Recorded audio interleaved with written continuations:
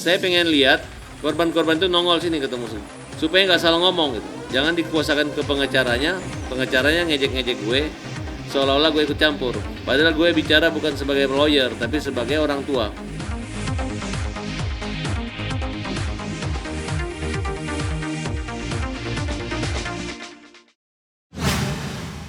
Kalau untuk OI itu biar bagaimanapun dia minta bantu maupun tidak bantu, selama komunikasi bagus kami tetap akan punya empati dan kita akan berusaha semaksimal mungkin untuk meluruskan persoalannya. Misalnya dari investigasi persoalan, kemudian kita konsultasi hukum, diskusi. Kemudian saya melihat bahwa ini persoalannya kan sudah banyak membawa komentar-komentar. Ya memang banyak negatifnya, tapi saya mencoba untuk menjadi penengah di antara berita-berita buruk dan berita miring, karena ini menyangkut namanya Inia Daniati, mantan istri saya. Yang menjadi catatan saya ini adalah saya ingin para orang-orang yang membayar ingin jadi pegawai negeri itu nongol, yang mana mukanya gitu. Saya pengen lihat orang-orang yang pengen bayar 25 juta atau bayar sekian juta yang ingin jadi pegawai negeri dengan cara cepat, yang katanya itu ditipu, yang katanya ada upacara pengangkatan, ingin beli baju korpri dan lain sebagainya. Itu saya pengen lihat orangnya mana sih. Saya pengen lihat yang nipu itu yang mana. Apakah mereka bertemu langsung OI ataukah mereka melalui ada seorang pegawai negeri yang juga menipu, yang menikmati keuntungan secara bersama-sama kemudian sekarang mengaku sebagai korban. Nah, itu saya pengen tahu. Nah, sekiranya bisa kita atasi, ya kita bereskan. Saya akan cari bagaimana caranya untuk menyelesaikan persoalan ini. Nah, tapi kalau mereka mengumpulkan 200 orang, kemudian koordinatornya cuma satu orang ini menggunakan suatu komunikasi antara dia saja, kemudian ini menunjuk bahwa dia ditipu, sedangkan dia menikmati dengan jumlah yang besar dan tidak atau kurang lebih hampir sama. Kan ini OI mengatakan dia sebagai bimbel, yang satu mengatakan sebagai yang tertipu gitu. Masa seorang guru membawa 16 keluarga dan membawa 200 sekian orang dan memberi kuasa kepada ratusan orang untuk melakukan suatu konspirasi buruk, suatu konspirasi jahat, ya. Dia kerjasama di bidang yang tidak baik, yaitu ingin menjadikan orang pegawai negeri. Nah, jadi Menteri Dalam Negeri kan sudah mengatakan itu akan ditindak tegas, ya. Harusnya Pak Menteri Dalam Negeri memerintahkan ke polisi agar oknum guru tersebut yang saat ini sebagai pelapor itu dulu yang diperiksa. Kenapa dia menerima sejumlah uang, kenapa dia meyakinkan murid-murid dan orang-orang kerabat maupun orang lain. Nah, kalau OI kita harus akui bahwa dia ini walaupun sudah menikah, ya saya nggak mau cerita apa persoalannya gitu. Tapi yang jelas anak ini perlu dalam pengawasan gitu. Artinya halusinasi yang dia ciptakan ini menurut saya masih bisa dimaklumi dan harusnya tidak sejauh itu. Kalau dia bertemu 2 orang, 3 orang pasti orang nggak akan percaya. Tapi siapa orang yang meyakinkan dan membuat ini dana terkumpul sehingga dia mendapat bagian dan mereka mendapat bagian besar. Tapi sekarang diputar balik seolah-olah pelaku tunggal itu adalah OI. Padahal ada aktor lagi di balik ini. Itu aja yang catatan. Jadi saya pengen lihat korban-korban itu nongol sini ketemu gue. Kalau mau demo di tempat saya aja. Saya pengen lihat yang pengen banget menjadi pegawai negeri yang bayar itu.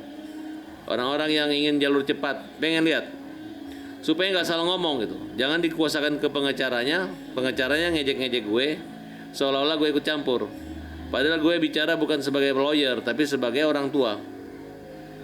Jadi nggak ada menyangkut etika yang saya langgar di sini. Ya. Pihak-pihak yang sudah laporkan siapa? Kamu tuh kumpul uang di mana gitu. Kalau misalnya penjahat atau apa, ini kan guru yang pegawai negeri sipil di undang-undang korupsi juga ada. Pegawai negeri sipil tidak boleh menerima uang atau menjanjikan. Nah, jadi harusnya yang ditindak dulu adalah orang yang melaporkan ini. Jangan diposisikan sebagai pelapor, semua pelapor belum tentu benar. Ya nggak apa-apa, pelapor yang mungkin ada yang bersentuhan langsung, tapi ada juga yang tidak kan. Karena saya tanya, dia tidak pernah bertemu dengan 200 orang secara langsung. Tapi Pak Tarno dan Ibu Agustin adalah orang yang juga punya peran besar dalam mengumpulkan 200. Saya bertanya, kamu apa kepentingan mengurus 216 orang? dapat untung atau calo, kan kira-kira seperti itu. Ya udah, kalau sama-sama mengambil keuntungan, sama-sama rugi, ya sama-sama menggantikan. Berapa kerugiannya OI, berapa kerugian kita ganti sama-sama, kan selesai. Saya nggak yakin orang perorangan itu akan melaporkan dengan perkara kerugian yang menurut saya tidak besar. Besarnya kan karena dikumpulin. Karena dikumpulin, ya. Siapa yang mengumpulin? Ya mengumpulin itu yang kalian laporin. Nah, nanti dia kalau tidak terbukti dia lepas, tapi kalau tidak terbukti dia tersangka utama. Uang bagian itu kemana? Ke OI, ya OI juga tersangka, kan kira-kira seperti itu. Jangan dibolak-balik seolah-olah OI semua, kan kira-kira. Kalau mereka transfer ke rekening Rapli, tidak ada masalah. Sekarang OI bisa nggak membuktikan bahwa rekening itu, uang itu dibagi ke siapa? Ke Tarno atau ke Ibu Agustin? Selesai kan?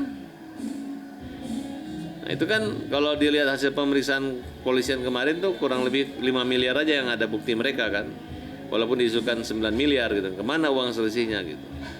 Pokoknya terlepas dari itu, OI harus bertanggung jawab dan dia siap menjalaninya. Sedangkan Agustin dan Tarno juga harus bertanggung jawab. Mana OI bisa punya kemampuan mengumpulkan 216 orang kalau tidak ada orang punya tujuan dan keuntungan. Ya silakan aja dibuktikan, silakan buktikan aja gitu. Kan kalau orang pinter kan sudah tahu perasaan begitu kan, harusnya dari dulu tahu kan. Dia itu siapa? Dia itu pegawai negeri. Korban apa? Nggak ada istilah korban kalau pegawai negeri yang menerima uang dan menjanjikan udah tahu ini korupsi, ya tangkap juga sekalian ya. Kalau mau damai, ayo damai, kita damai aja baik-baik. Ketemu sama saya, orang perorangan ya, gitu. Saya nggak mau lewat pengacaranya. Ntar pengacaranya bilang nggak etika, ya nggak.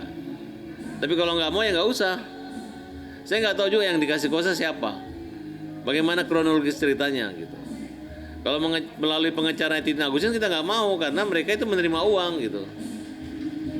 Dan kita bicaranya nggak ada nego-nego, silakan aja. Kalian sudah terlanjur melaporkan, lanjutkan aja. Nanti pihak polisi kan sudah dapat arahan dari Menteri Dalam Negeri, Menteri Pendayaan Aparatur Negara, ya. Yang paling mudah memprosesnya itu Titin. Dia pegawai negeri, dia guru loh. Guru yang mempengaruhi semua orang ya, oke. Ya kan saya udah bercerai lama, 7 tahun bercerai ya. Maksudnya ya saat ini memang hubungan saya dengan Nia bagus, komunikasi kami satu organisasi, satu partai lah gitu. Nia jadi partai Pandai, pimpinan saya yang dia jadi wakil ketua umum. Nah otomatis saya juga harus membantu baik segi kepartaian maupun sebagai mantan suami dan mantan ayah anak ini gitu. Nah cuman saya belum lihat gitu. Nah, kita lagi bicarakan. Makanya kita bilang cobalah kalau memang orang dirugikan kita ganti aja, nggak ada masalah.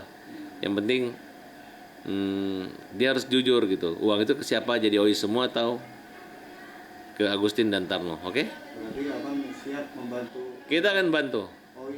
OI kita bantu hal ketika benar ya, ketika dia nikmati gitu. Tapi kalau tidak dibagi-bagi ya silakan lapor itu Agustin ya. Oke.